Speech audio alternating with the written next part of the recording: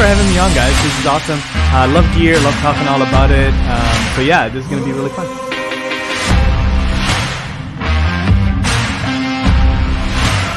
A lot of this equipment we're talking about it can be used for musicians and content creators in general, if you're a YouTuber. And I've shot probably 90% of my show on this little camera. I love you guys. Chris, you're just amazing. Jim, so are you. You guys are the best hosts ever, I think. Just stop, please.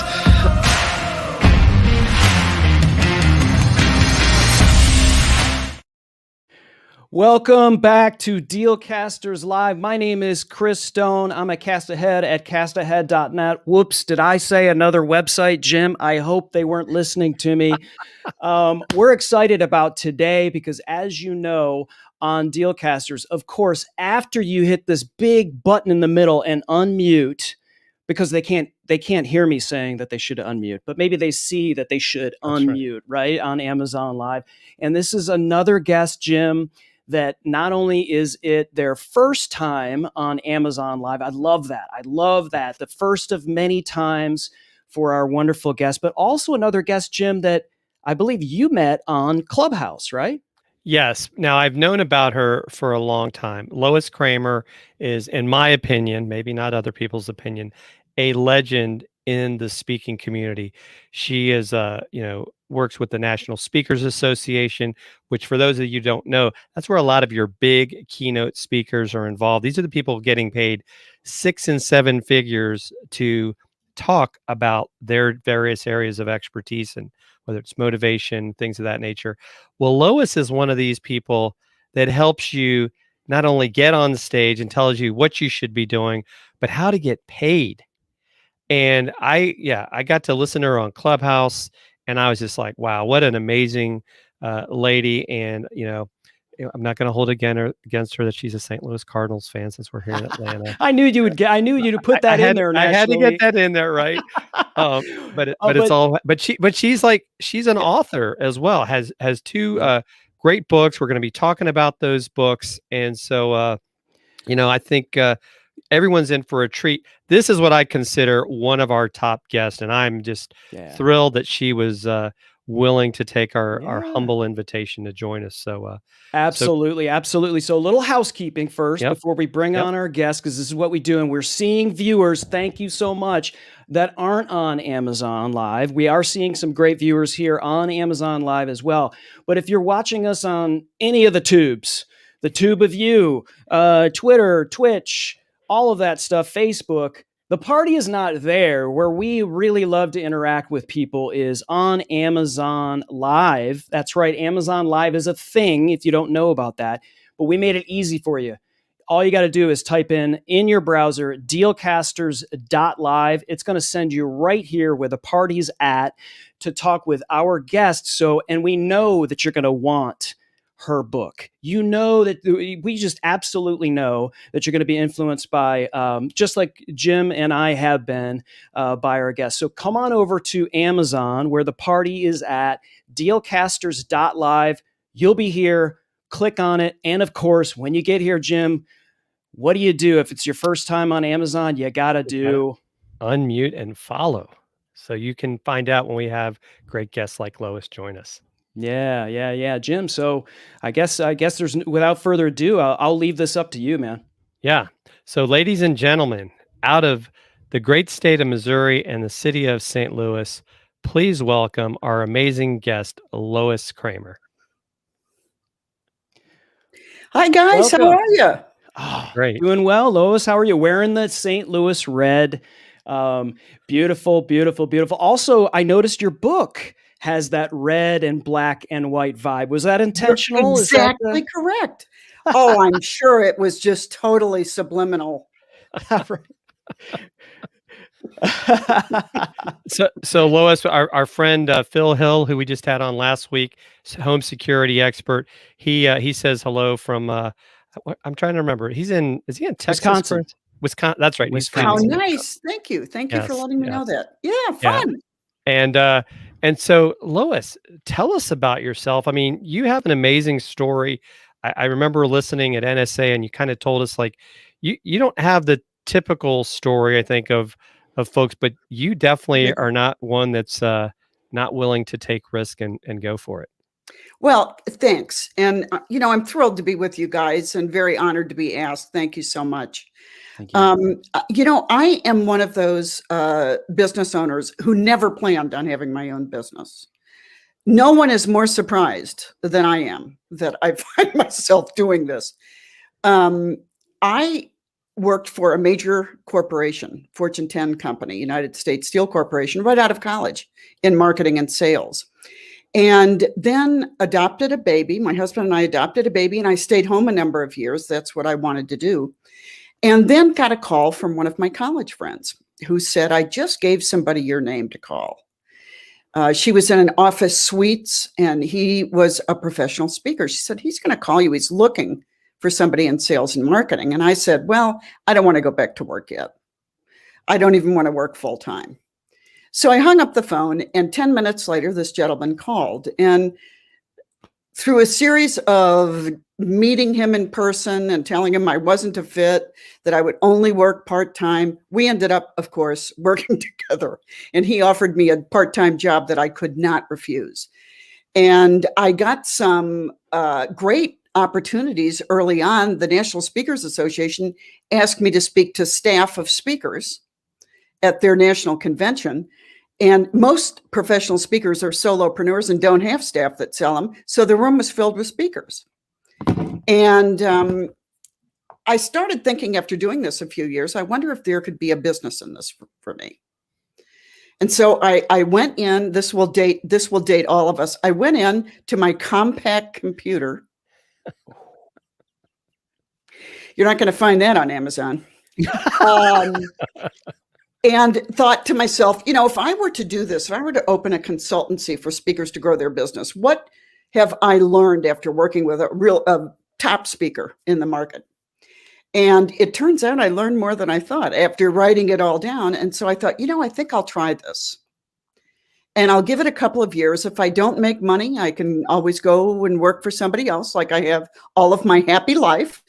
And so in 1998, 22 years ago, I can't even believe it, I decided I'd try it. And I was fortunate. I got business right away from some of those people who were sitting in my audiences who heard that I started my own business because I spread the word that I did. And it just took off. And so no one is more surprised than I, you guys, to be here. But I'm having a lot of fun. As you can imagine, this is a very niche business. All I do is work with speakers. The only speaking I do now are to groups of professional speakers all around the world. And when I first started out, I did some sales programs for corporate sales teams for a number of years, but then stopped doing that and just do this. And I absolutely enjoy it. That's amazing. In hearing that story, it makes me think about, the only time now that you're speaking in front of professional speakers. It's sort of like if you're in a band and you're playing in front of other people that are in these great, amazing bands. It's like, I feel like, oh, is everyone judging every little iota and thing that I'm doing? What's that like? What's that like going up in front of, I can imagine, if you're speaking in front of your key audience, you can look at it like that, but you're also speaking to experts about speaking. How does that play out mentally for you? You would think that this would be a crazy idea, quite frankly. But I'll tell you something. No one wants you to succeed more than an audience of speakers. Wow. They are not being critical. They are rooting for you. And that's what I found out early on, or I probably would have been too scared to go ahead and do it. But I have found them to be the best audience in the world. But also, as you just said, I am in front of my target market every time I speak to speakers. So the onus is on me to do a good job. And so after doing this about 20 years, I feel like I'm on the right road. And I thoroughly enjoy it. I thoroughly enjoy it. And because of COVID and because we've been, I don't want to say held hostage, but some people are beginning to feel that way. I've had opportunities all over the world. I spoke to a few months ago from right here where I'm sitting to 10 chapters in India, Professional Speakers Association, India. And it was at dark 30 in the morning, St. Louis time, prime time in India. But I mean, think about that. That is just amazing. And so I've taken the opportunity, had the opportunity to speak all over the world in this last year. And it's been a lot of fun and without the jet lag or the long layovers. So that's a plus. And I would imagine, we use the word pivot, right? I mean, it's probably overused, but there's in speaking with a number of people that, keynote speaking and speaking was either a large part of their business or maybe almost all of it. And maybe they have some books and some other things, but they were pretty much on the road. And then all of a sudden, last March, it dried up completely. Now people are starting to get a little more comfortable, but now it's at a very minimum going to be hybrid, right? There's always going to be some sort of virtual component, even if there are people that are comfortable in the room. So I would imagine over the past year, you've been working with some people that hadn't even had to worry about tech. They show up and they do their thing on a stage and somebody else is handling all of the tech. And now all of a sudden they're in their home office and they're like, I don't have a camera. I don't know how to use Zoom even.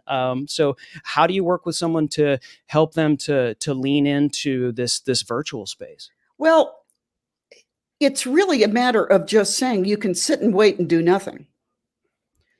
And if that was your choice, man, has it been a long year. And who would have dreamed it would be a year and we're still talking about it? The interesting thing, when the shutdown first happened, I think everybody was sitting back saying, how long is this going to be? What's going to happen? And then I kept telling my clients, go virtual. I have been using virtual working with my consulting clients for a long time because I think it's important for me to see them, their reaction to what I'm suggesting. If I give them a great idea, what I think is a great idea, and they're going, okay, I want to be able to see that body language.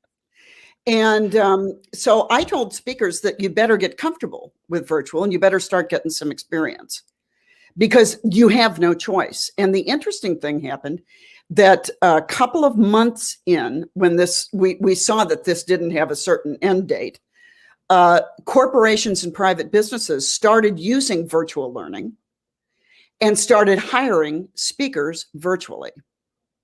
And I told my clients, now is the time to challenge these companies that the act of just having a meeting is an act of engagement, engaging a scattered workforce now when everybody's working out of their homes. But also, you can't afford to fall behind the competition. You can't afford to just sit and wait. You need to keep people learning and growing.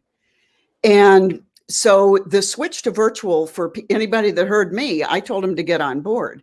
And it is true. A lot of us, I'm including myself, have had to up our game, our AV game, getting a good microphone, lighting. I got a new computer, things that you need to really have a good virtual presence. Because right now, this is how we're being judged. And if we're not doing a good job here, we're never going to get an opportunity to be in front of them when the pandemic ends. And what I see coming out of this is a hybrid meeting industry. What we know is this, that people now know they can learn virtually.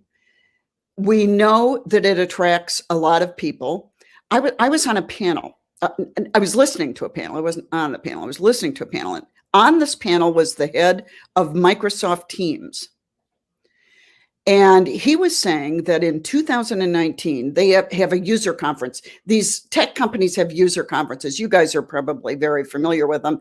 And I bet the audience is, where thousands of people all come to these little tiny cities in California and end up staying 2 hours away in hotels because there's nowhere to stay.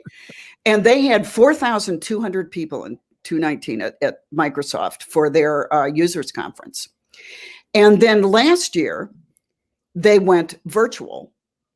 And what a good advertisement for Teams to be able to go virtual. But you know how many people they had attend that conference? 50,000. Wow. 50,000.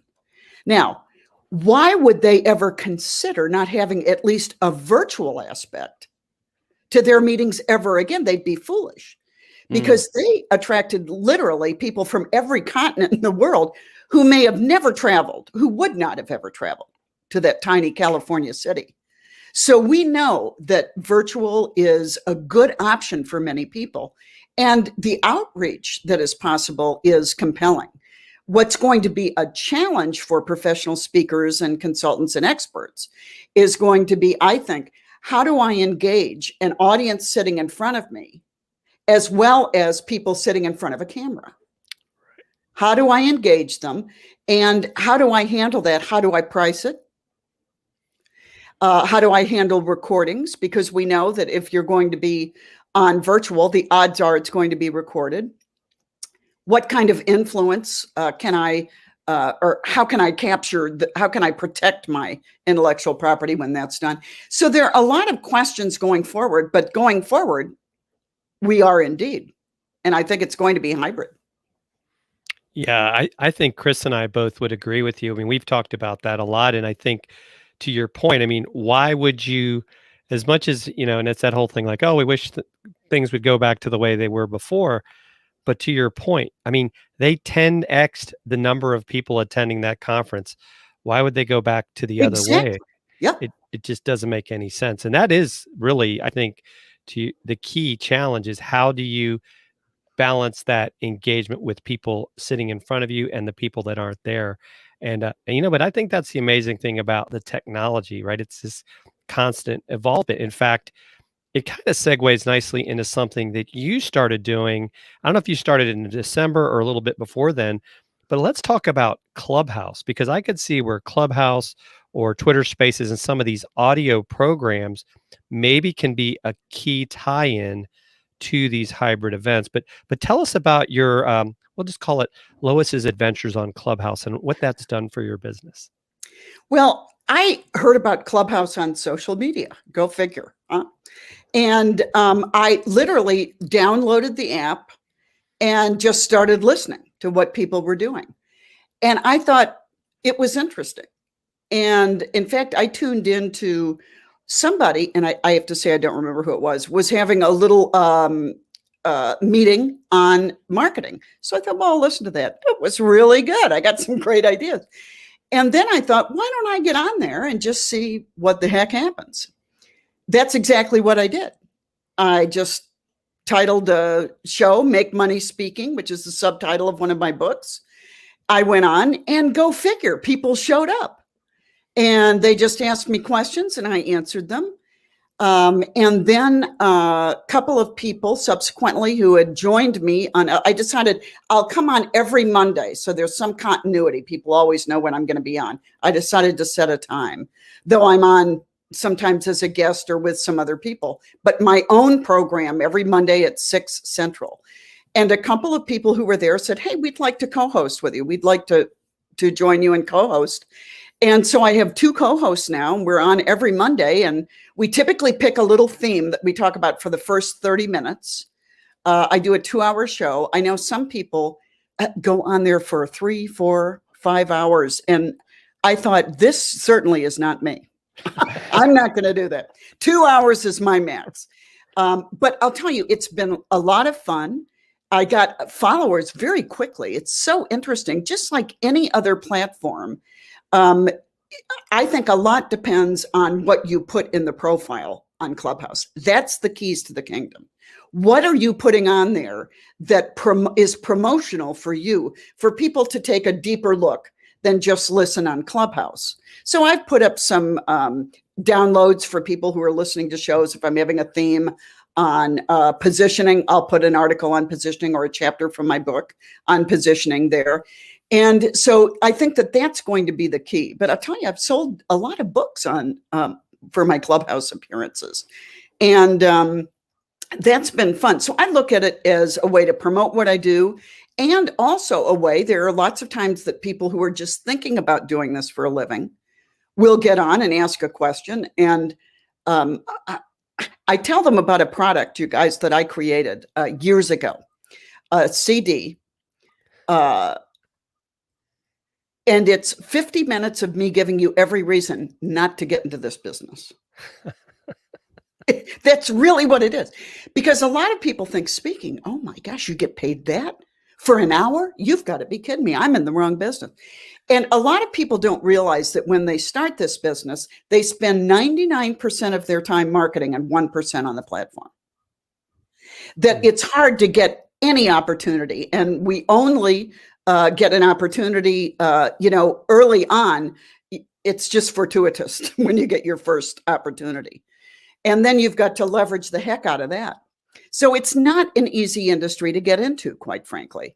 And I feel like I'm very real with people. I want their expectations to be real about it. And I'm one of those people who don't say, just jump into it. It's fun. Right. Obviously, I like it, but it's a difficult industry.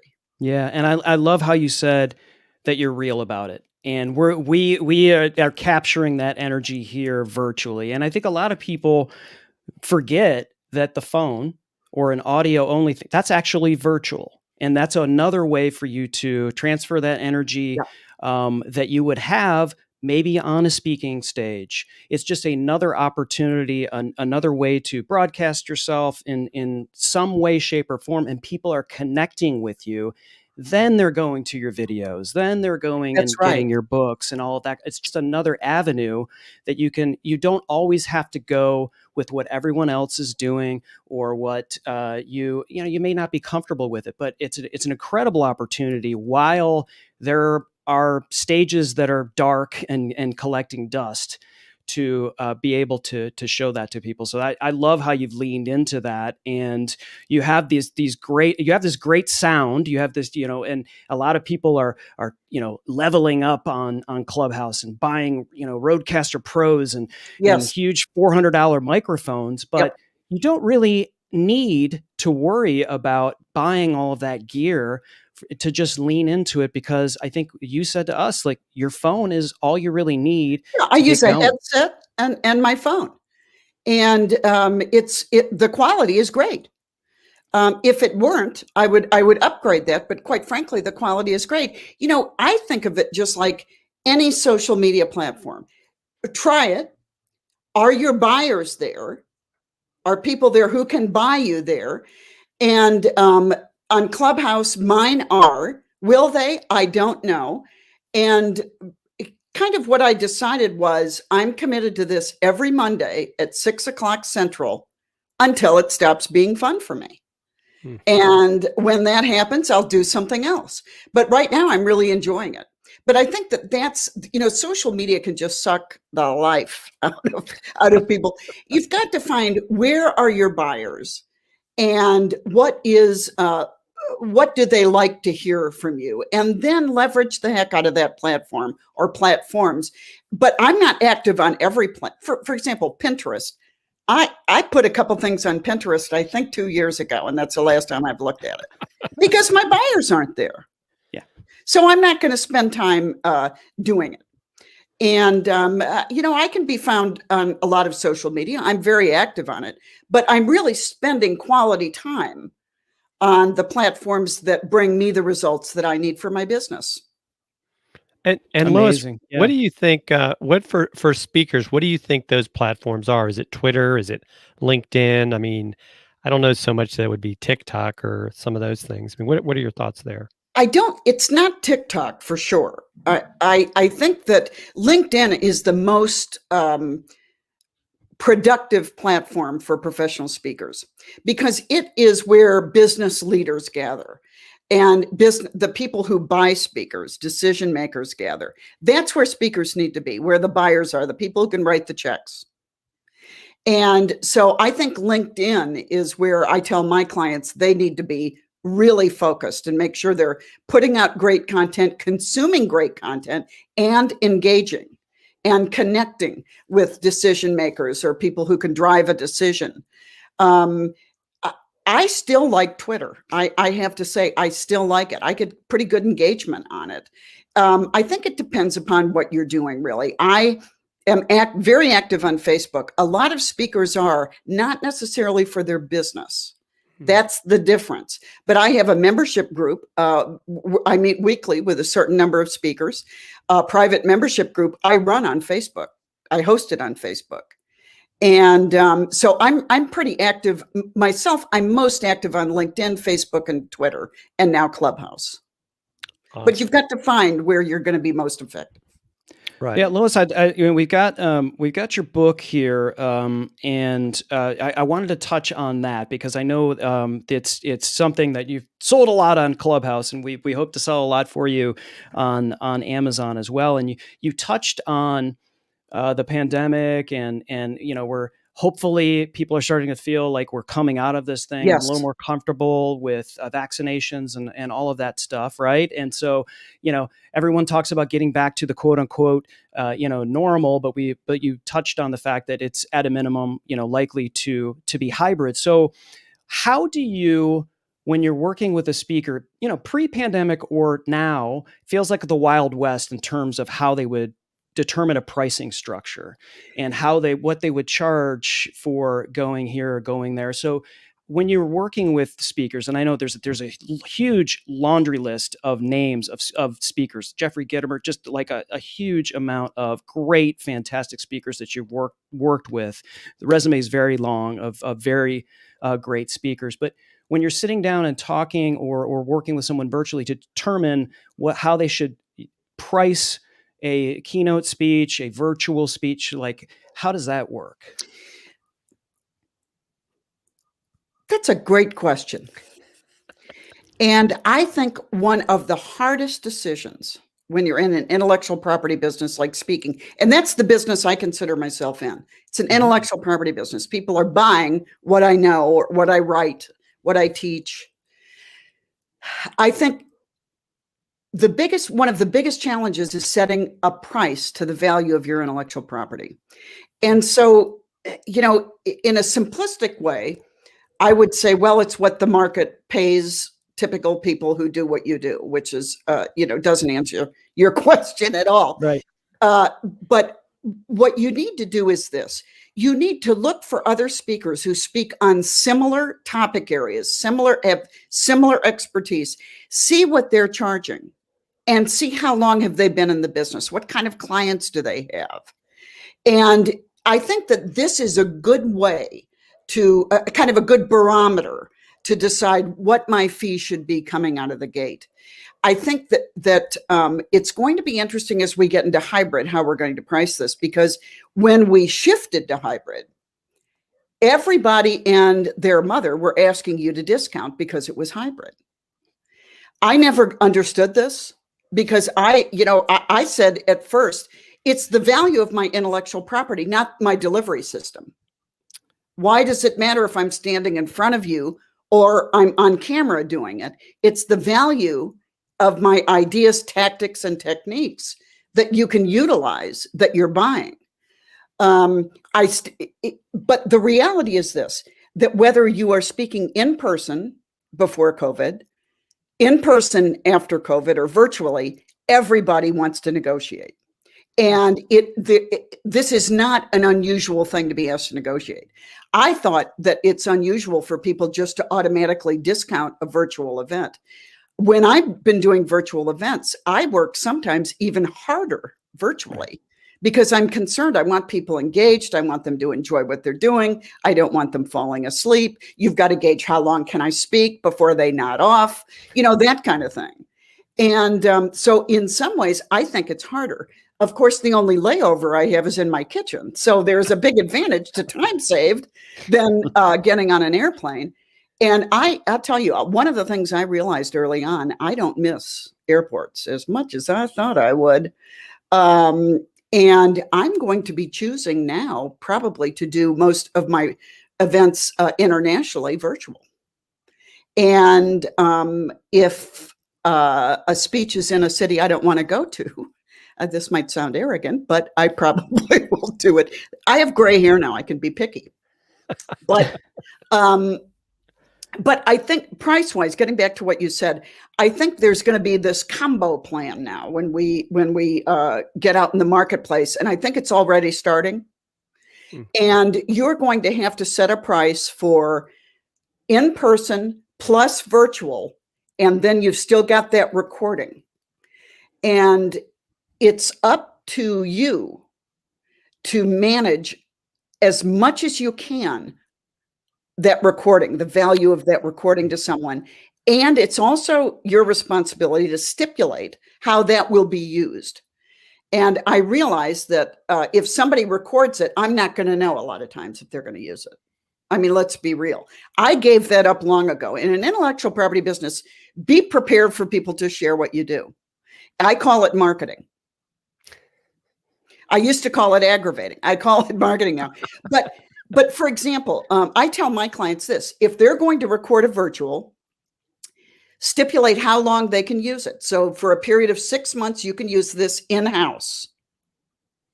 You can't use it outside of your company. You cannot sell it anywhere. Monetize, right? Because if anybody makes money on it, you should make money on it, not That's right. them. And then after a period of 6 months, the onus is on the speaker to connect with them and say, would you like an updated program that you can use for another 6 months? Boom.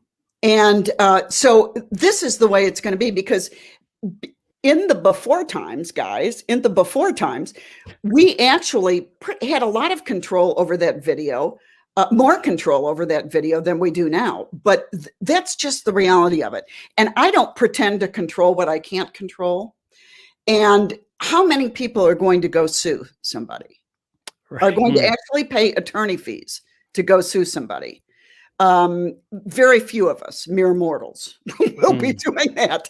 So, but I do think that you have to be aware of all of the different ways people are going to use what you do, and make sure that they value this. And it's your responsibility to make sure they value it. But do an online search for fees. That is not hard to find out. In fact, there's a platform called eSpeakers, the letter eSpeakers, I think it's .com, could be .org, that lists every member of the National Speakers Association as well as other groups. And they typically have their fee or fee range in there. And you can get an idea for their experience in doing so. But just remember, you can always go, your fees are always going to be raising as you have more experience. So if you start out too high and nobody hires you, that's a clue. If you start out too low and everybody wants on your calendar, that's also a clue. So I say that my calendar always has ruled my fee. I have always thought, am I too busy? I want to hear a little pushback. When I stop hearing pushback, that's when I know I'm probably not charging enough. Yeah. You know, Chris and I were talking about that earlier with something we're working on, and right, it's like, wow, they really didn't push back. I guess I didn't ask for enough, but then it's too late. And I guess that's probably, Lois, how do you help speakers, I guess, in a sense, overcome that? It's like, am I really worth that much? Or do you say, look, if you don't ask it, you're just being silly? I mean, because I think that's, you know, because there's a lot of live streamers as an example, and podcasters that probably would like to become speakers, or they're being asked to speak virtually. Sure. And Chris and I have done that on Amazon Live, but we're doing it for free. But the reality is there's not a lot of people speaking about Amazon Live as an example, or some of these other things. First of all, let me give you a virtual slap for doing it free. Here's the thing. And you just said this well, Jim. You can ask for a fee and somebody can say, no, forget it. What if you lost if they say that? Nothing. I have something that I say all the time. You risk a yes every time you ask for something. Are you willing to take the risk? I like that. Love that. Yes. Because if I were you and I said, you know what, we've got this great platform, we're Amazon.live guys, we have a lot of followers, and you give them a price and they say, well, we don't have a budget for this. You can always say this: if I could waive my fee, what else of value could you offer me? And you you could tell you were a born salesperson. Like, that is a fantastic way to sell. It absolutely is. What would it take to put you in this car today? Exactly. which is not my kind of selling. But my kind of selling is anytime anybody asks for anything, you ask for something in return. They ask to lower your fee. If I could do that, what else of value could you add to make this commensurate with what my other clients pay me? This is what I think you should be asking if you feel confident in that fee. And confidence really comes from experience.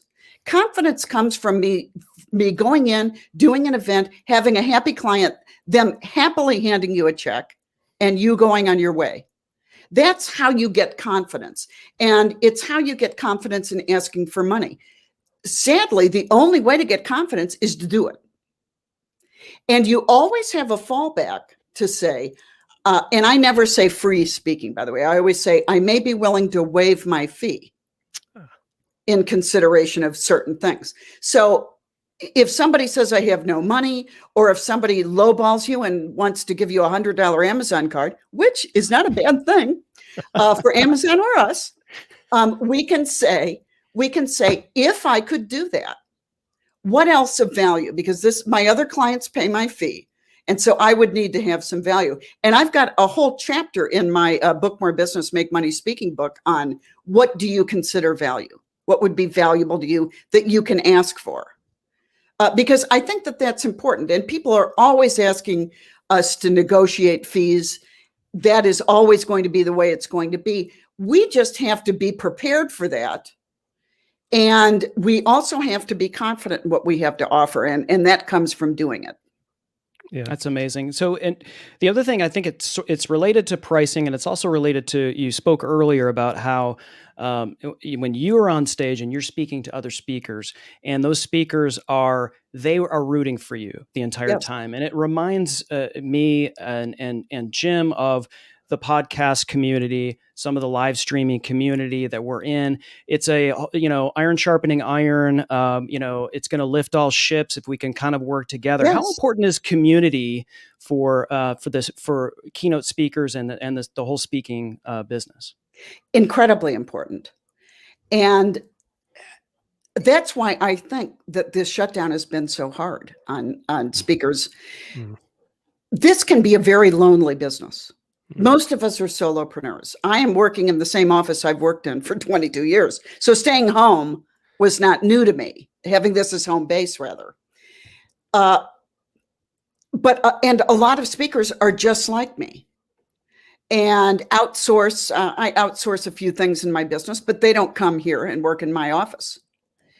And so it can be kind of a lonely business. And so missing chapter meetings, like Jim just said, I just did a chapter meeting for the Atlanta chapter of NSA. I go all over the country and do these all the time. And I have friends and clients in every chapter after all these years. And I really love going. It's like old home week. And so you really do miss this when we can't gather with our peers. And really, when you think about it, people who are used to working in an office are relegated to a home office. They're missing community in many ways, just as well. And so one of the challenges has been, how do I create community virtually? And that's been, the people who have done the best virtually are people who realize that, and organizations that allow some community building within a virtual program, like room gatherings. National Speakers Association did their winter meeting virtually. We're doing our convention in July in person and virtually. Right now we can have 250 people there in person. We usually draw about 1,000. We think they're going to raise it to 500 before July, before it happens. But still, we're going to have virtual as well as in person. And so how do those people virtually create communities? And so what NSA did for the winter meeting, we had gathering places between speakers, between programs, where we said, if you just want to gather with people, talk about, we had rooms that followed up on a certain speaker's topic, rooms that you could just go to and eat lunch, put your lunch in front of the camera, eat it with people. So you look for different ways to create community, but that really has been something that, that we've missed. I've missed it, certainly. I have missed it. I haven't missed the flights, but I've missed the people at the end of those flights. That is amazing. Lois, what do you see as, I mean, I even think based on some of the things that you talk about, your booking more business doesn't even just apply to speaking, but like in the case of some of the Amazon influencers that may be watching this, is how to partner with brands. Because we get a lot of offers now where these brands want to give us things for us to show it on our show as an example. Sure. But it kind of goes back to there's only so many people that have the ability to do this. So I like your idea of like, well, hey, we're going to do that, but what do we get in return if you're not going to pay us to have the Yes. product on there? Yeah. That's what it's not selfish to ask what's in it for me if you're a business. So I'm not shy at all about asking what's in it for me. I'm not shy at all if I say, if I could do that, if I could waive my fee, what else can you do for me? And I'm also not shy about having a list of things that I consider value. Now, that prospect might have even, I always say, ask and then be quiet and see what they say, because I've been offered some things much better than what I was ever going to ask for.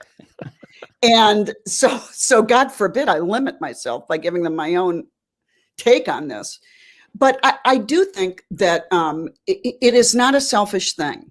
And when you do that, it can be a win-win for both of you. And I think that a good partner would want there to be something in it for you. So I'm sorry, and I think that mentality is brilliant, because I think in a lot of people that get in their own head, there's that fear that you're missing out and that someone else is getting something that you aren't going to get, right? And it's like Jim said, it could be a content creator, it could be a speaker, it could be anyone that is trying to sell something. Yes. You're getting approached and you're thinking, well, if this is their offer, are there 20 other people that do what I do, and they're getting that and I'm not? What am I missing out on? Yeah, and that what you're saying just flips it completely.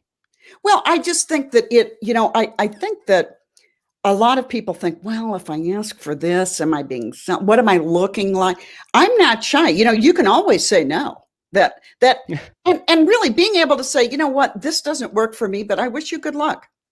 Mm-hmm. Nothing wrong with that.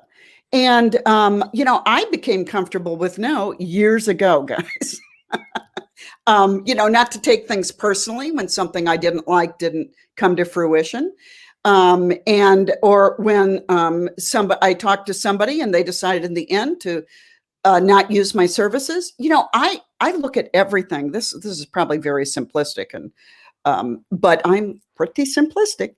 If somebody said, you know what, this doesn't work for me for whatever reason, you're too expensive, I don't like your personality, I never work with anybody with gray hair, I don't know what it is. I always say to myself, I'm just not a fit for whatever reason. And I literally say that to the person, even though they might say, I hate your personality. I'm saying it doesn't sound like I'm a fit, but I wish you good luck on your journey, because I do. There's enough business for me that I don't want the responsibility of appealing to everybody. That's great. And it doesn't, if you take that mentality, I'm not a fit, then you don't take things weirdly and personally. That's exactly it. Am I not good enough? Is there something about how I look, how I present myself? All of those things that can creep in, that mind junk. And then it prevents you from getting that next thing, because it works against you. I love that mindset. It's awesome. I tell speakers this. If you're uncomfortable, and I hear this a lot from speakers, well, I'm uncomfortable talking about myself, which I just say, well, get over it. Kind of like my virtual slap I gave you guys. You need to get over it. But I do think that you are your own best advocate. You have to be your own best advocate. And you have to be able to negotiate to really make a living doing this. I always say this. When I go to the grocery store, and I was just there yesterday, and I get a gallon of milk and a loaf of bread, and it's $4.25, I never say to the cashier, would you take $2 for this? I just don't. It's either a fit or it isn't a fit for that reason it's obvious. But with us, with our own pricing, it's a little bit more fluid. The situation is a little bit more fluid. But I do pretty much end up saying this is either a fit or it's not. And that is the way that I put it in my mind. And I always think what is right for me will come to me. What isn't will go somewhere else, and they'll get what they need value-wise somewhere else. And I might sound like an idiot, but so far it's worked for me. Well, yeah, and I think sometimes it's worked in the businesses that I've been involved with. Sometimes you send them on their way and say we're not a fit, and you feel like you're getting nickeled and dimed, and it's like, you know what, this isn't working, and they're just shopping around and they're coming back. That's absolutely right. That has happened several times to me. And you know what? And I think, and this is not manipulative, I think sometimes when you just say, you know what, for example, I had a gentleman call me I wanted to talk to me about working with me. So we talked. Then he called again the next day. We talked again. And the third day he called me in a row with more questions. And I said this, if you don't know by now whether I'm a fit for you, I'm probably not. Of course, he immediately hired me after I said that. But I didn't great know sales that technique. what was going to happen. My point was, look, it is what it is. right. And I'm either a fit or not. And I never assume I'm a fit for everybody because I'm not, for whatever reason. Well, this has been amazing, Lois. We'll have to have you back if you come back sometime. Absolutely. And tonight on Clubhouse, what will you be talking about for those folks that might want to join and listen to you for the first time? Tonight on Clubhouse, we're going to talk about selling by outcome. I have this big belief, especially when selling intellectual property services, that what people like to buy are the outcomes that we bring them when we work with them, not the systems that we bring or the 5 steps to whatever. They want, will the outcome look like for me? What will my people do differently as a result of listening to you and your program? So that's what we're going to talk about. We talk about that for, I usually talk about it for 10, 15 minutes, and then we start taking questions. But then it's questions really about anything speaking. And but we always like to have a theme going in to get things started. So that's our theme tonight. Awesome. That's amazing. And so for those of you who are watching on Amazon and listening later, maybe via podcast, make sure you go check out Lois Kramer on Clubhouse. And of course, go to bookmorebusiness.com. Grab this book. It's amazing. It applies during, post-pandemic, doesn't matter. Lots of fantastic principles for you as a speaker, but also as a content creator. Lois, I can't believe how much, I'm not a speaker. I don't have aspirations to be one necessarily, but I got a ton of great intel from you. This has been amazing. Thank you so much for sharing your time. Yes, thank you so much. Thank you, Lois, so much for joining us, and look forward to continuing to learn more from you, and hope to have you back again sometime, because I think we just scratched the surface of some of the things that you can teach the folks here on Amazon. Well, it's been my joy, privilege to be with you guys. Appreciate you both. Thanks so much. Thanks so much, Lois. And we'll be back again tomorrow with Jeff C. from Social Media News Live on Dealcasters Live. And as always, from Jim, myself, and Lois, don't fear the gear.